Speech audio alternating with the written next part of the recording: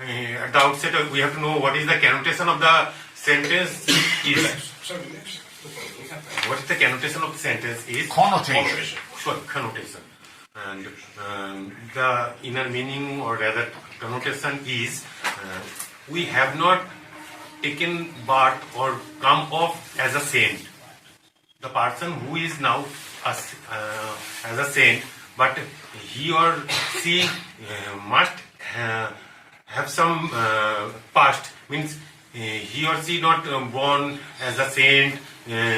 He was also came to this earth as a normal human being like us, and they lead a normal life, and in course of time they became saint. Means they have also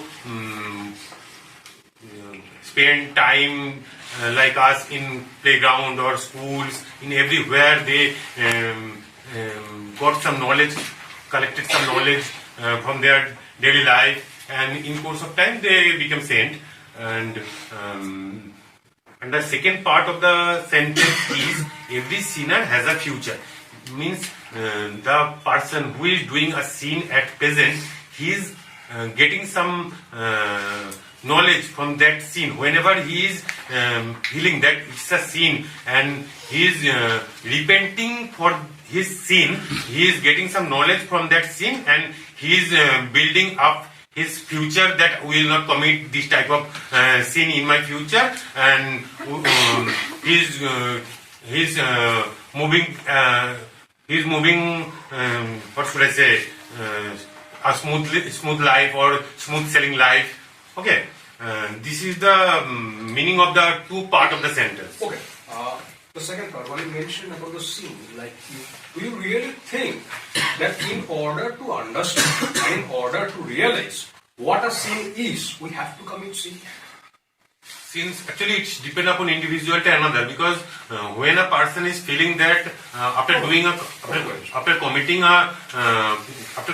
crime, whenever he is thinking that means end of the day each and everybody has to face himself. Means he or she has to see his face in the mirror. And if I do not have a mirror in my house. Okay, by saying mirror, by uttering mirror, I don't want to say that you have to stand in front of a mirror.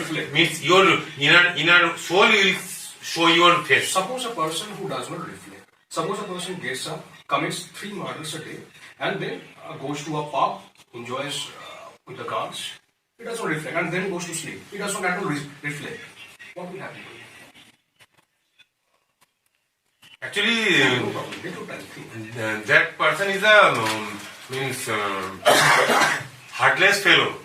That's why he has not any feelings. He is not any repentance. Why do you think has that heartless fellow turned into that particular being? Why? He must not have any parents. Maybe he was an orphan. Maybe his surrounding was not that much good. But do you really think that we have to always put our fingers to the surroundings and tell them, no, the surrounding was not good, that's why my upbringing was not that much good, so I have turned into this kind of person? Do you really think that we should always blame the surroundings? Yeah, obviously, because everybody knows by the company he keeps. Okay, and surroundings also matter a lot, because where we are, bringing up, the surrounding has some impact on our brought up or bring up. By your logic, the surroundings matter, sir, right? Matter very much. Suppose, let me talk about the Eskimos. Who stay at the tundra regions, all those very winter, chilly, frosty regions. Okay? They don't have so many surroundings, they actually stay far away from the civilization, the so-called civilization, the so-called towns in Alaska. What will happen to them? They don't get to know about all these things, drugs, the drug issue which is prevalent in the United States of America, you know very well. As far as I know, they are not committing crime. They are not doing murder to anybody. Suppose because at that place, so many people are not staying there, and they are not enmity between them. No, you told me about the surroundings. Suppose there are 5 people. 5 people in those groups, in the tribe. But you are giving instance of Eskimos. That's why I go. No, Eskimos, no. You are generalizing the thing. clearly spoken here, as we all have heard, that the career actually determined by what the company is, right? The company with you. So you are generalizing here. So I can pick up any example from anywhere around the world. Can I? Yes, sir. I can, right? Yeah, I have my right. definitely. I'm well within my right. So that's why I've asked you a question. What do you think?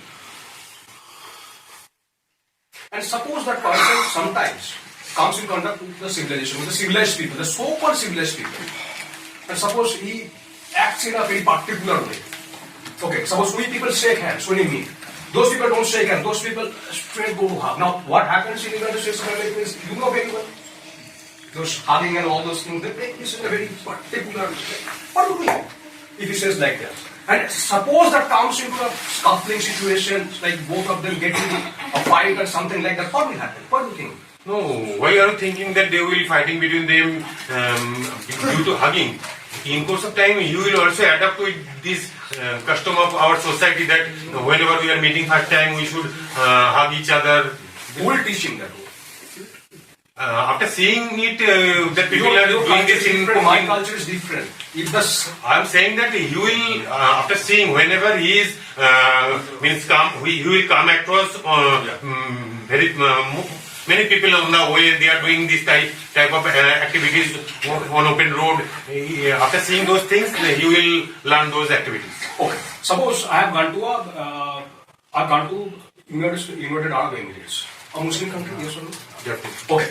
Now, according to their holy book, I, as a Hindu, right, if I go there, I have to follow certain rituals, certain Islamic rituals, I have to respect them. Suppose I am not aware of any of them, and I commit a sin over there. What kind of sin? Like, what do they actually follow? Like, I cannot, do the Muslims eat pork? No. Suppose I love eating pork. I go there, and I arrange someone like in my house, and somehow the people come to know. Now, have I committed a sin? So, according to your point of view, you are a Hindu and you can have pork because to them, means the Muslim people, for them it is, if they eat pork, it is crime. Means it's sin. Now they will judge me by their Islamic laws. Definitely they will judge you. I am a sinner in their eyes. Yes. According to their view, you are a sinner. Yeah, please continue. I told that according to their point of view, you are a sinner. According to their point of view. Now tell me, which is the higher authority who is going to judge me? Am I, before they chop my head off, will I be judged after that? Or will I be judged rightly before that? They just chop their heads. You know that very well, the beheading, all these things. Actually, it is beyond my ken. I don't know how you can That's what supply you this information. I have not Your ever. circumstances, you have bravely faced it. I am very much proud of you. Thank you, sir.